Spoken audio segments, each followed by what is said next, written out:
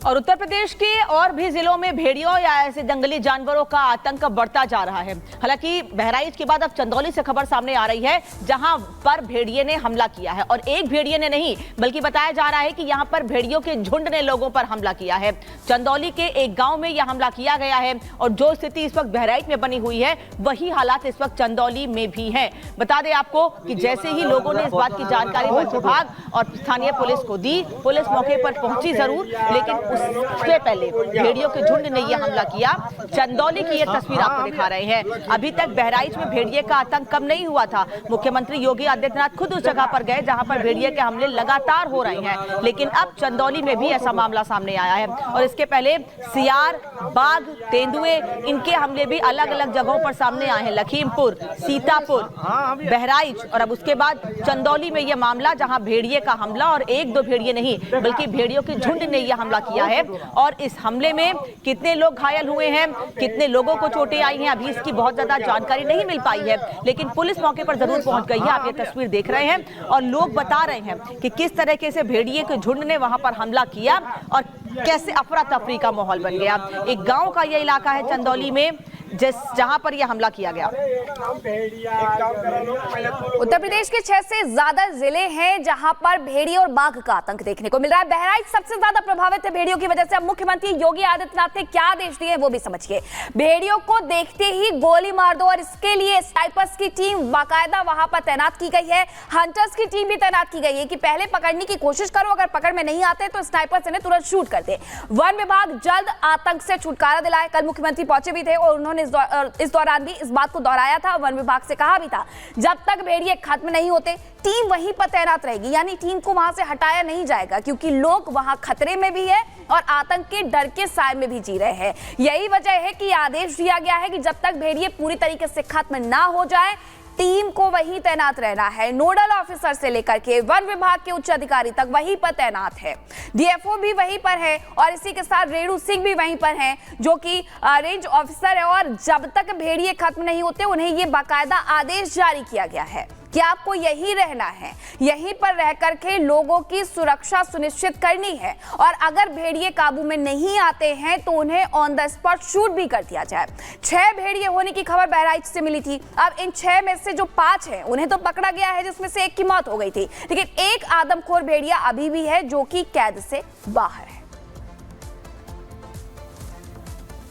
और बता दें आपको कि लगातार मूर्ति विसर्जन के दौरान या गणेश पूजा के दौरान पत्थरबाजी के मामले थमने का नाम नहीं ले रहे हैं। अब झांसी से एक मामला सामने आया है।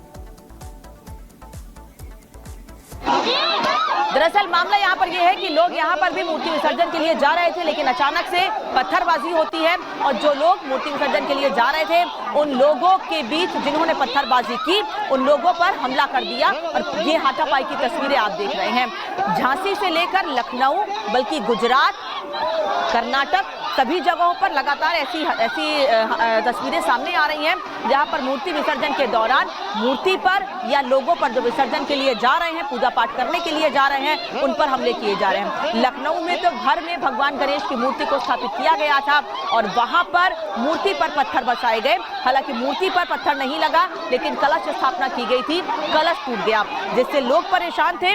लेकिन लगातार ऐसे मामले जो सामने आ रहे हैं, वो कई सवाल खड़े कर रहे हैं कि आखिर किस मंशा से लगातार, फिर चाहे गलियों से हो, अलग अलग जगहों से हो, छतों से हो, ऐसे हमले या पत्थरबाजी के मामले सामने क्यों आ रहे हैं? कौन है जो इन लोगों को भड़का रहा है, बरगला रहा है?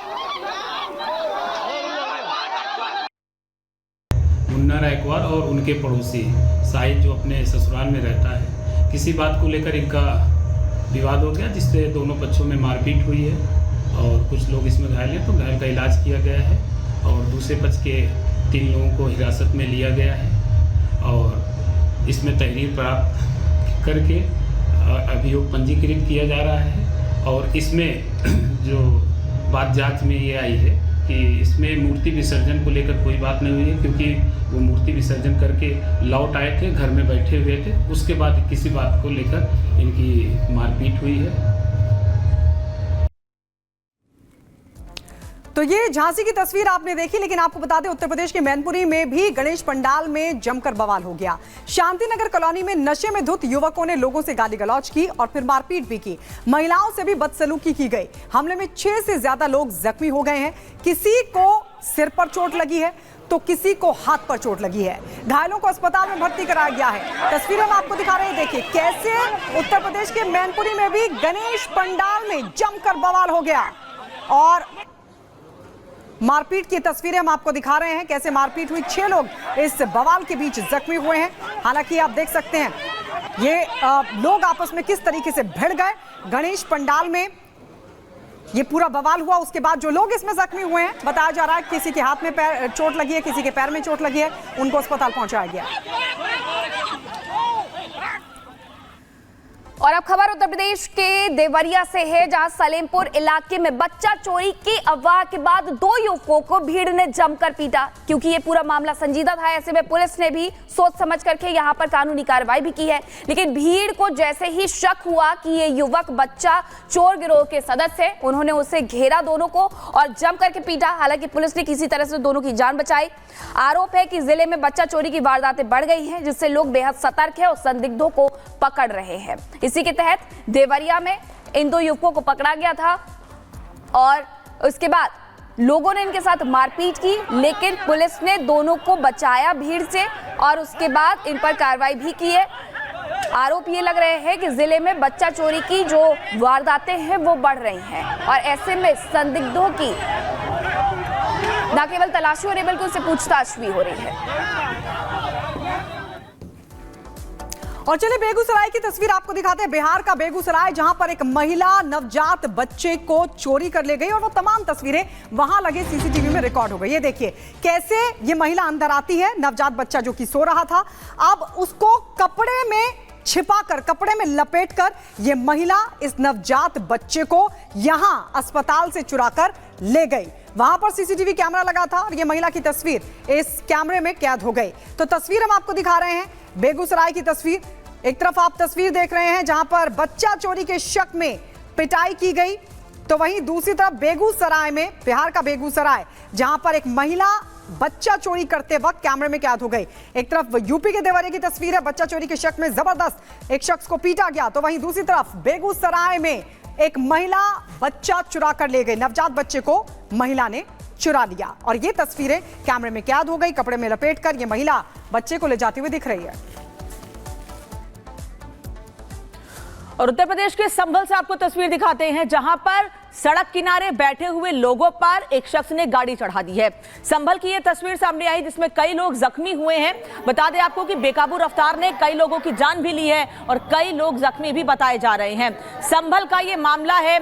ये शख्स कौन है, किस वजह से गाड़ी इतनी स्पीड में चला रहा था, इसको लेकर जानकारी हासिल की जा रही है। लेकिन जिन 4 लोगों की जान गई है, उनकी मौत का जिम्मेदार कौन है, उनके खिलाफ कार्रवाई क्या की जाएगी, प्रशासन की ओर से क्या कदम उठाए जाएंगे, ये तमाम सवाल उठ रहे हैं। संभल में मातम पसरा है क्योंकि 4 लोगों की जान गई है बेकाबू रफ्तार की वजह से। इसके पहले भी उत्तर प्रदेश ही नहीं बल्कि अलग अलग राज्यों में ऐसे मामले सामने आते रहे हैं। लेकिन सवाल यह है कि ओवर स्पीड के मामले क्यों नहीं थम रहे हैं। तमाम नियम बनाए जाने के बाद भी इस वजह से कई लोगों को अपनी जान गंवानी पड़ती है। और अब बात अलीगढ़ की। उत्तर प्रदेश के अलीगढ़ में मासूम बेटियों के साथ लव जिहाद हो रहा है, फरेब हो रहा है और इस पूरे मामले में 2 लोगों को गिरफ्तार भी किया गया है। आपको बता दें कि दोनों पर ही आरोप लगे हैं कि 2 महिलाओं के साथ लव जिहाद जैसी घटना को अंजाम दिया गया, जिसके बाद पुलिस ने कार्रवाई की है।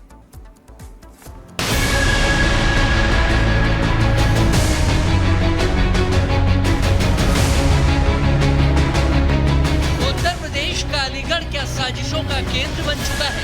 ये 3 तस्वीरें तो उसकी गवाही दे रही हैं। प्यार, इश्क और मोहब्बत के नाम पर धोखा, ब्लैकमेलिंग और जबरदस्ती का खेल चल रहा है।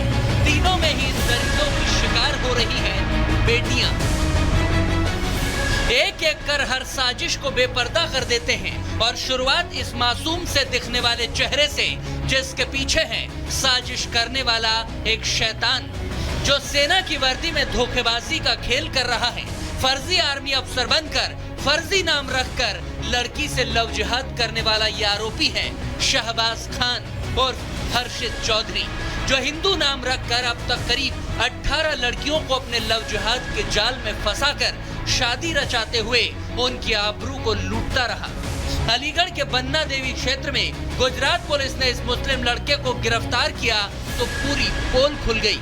लेकिन बाद में जब उसको जानकारी हुई कि उसके लड़के का नाम हर्षित चौधरी ना होके कुछ और है और जो असली नाम बाद में पता चला शहबाज खान है, तो इस बात पर उसने मुकदमा पंजीकृत कराया कि उसने उसको अंधेरे में रखते हुए उसके साथ शादी रचाई और उसके साथ धोखाधड़ी की और जो उन्होंने तहरीर में दिया और भी गलत काम वगैरह किया है। इस संबंध में थाना बन्ना देवी पर मुकदमा पंजीकृत हुआ और अभियुक्त भी गिरफ्तार होकर जेल भेज दिया गया है।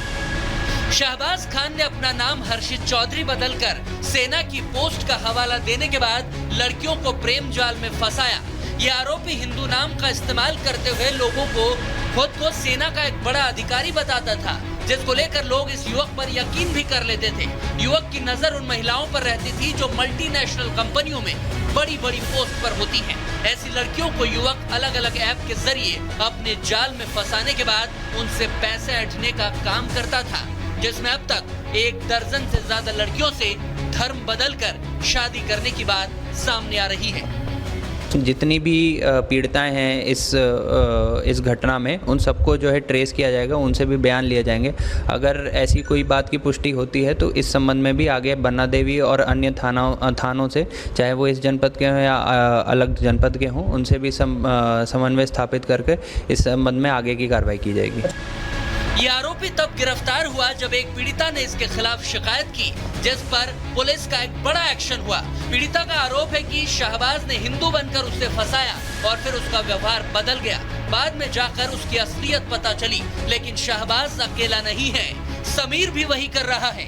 तभी तो अलीगढ़ की कोतवाली इगलास इलाके में एक मुस्लिम लड़के ने अपना नाम बदलकर एक हिंदू लड़की को अपने प्रेम जाल में फंसाया और लव जिहाद की करतूत को अंजाम देते हुए धर्मांतरण का दबाव बनाया। और ये सब समीर ने तब किया जब लड़की उसके प्यार के जाल में फंस गई और फिर उसने उसका अश्लील वीडियो बना लिया, जिसके जरिए वो लड़की को ब्लैकमेल कर रहा था। सलमान नाम का लड़का था, मोमडन था वो, पर झूठ उसने मेरे से झूठ बोला था। अपना नाम समीर बताया था उसने, मुझे नहीं पता था। तो आधे पड़ोसी थे वो, तो ऐसी बात हुई, उसने मेरा फ़ोन नंबर ले लिया किसी से, तो वो मेरे से बात करता था।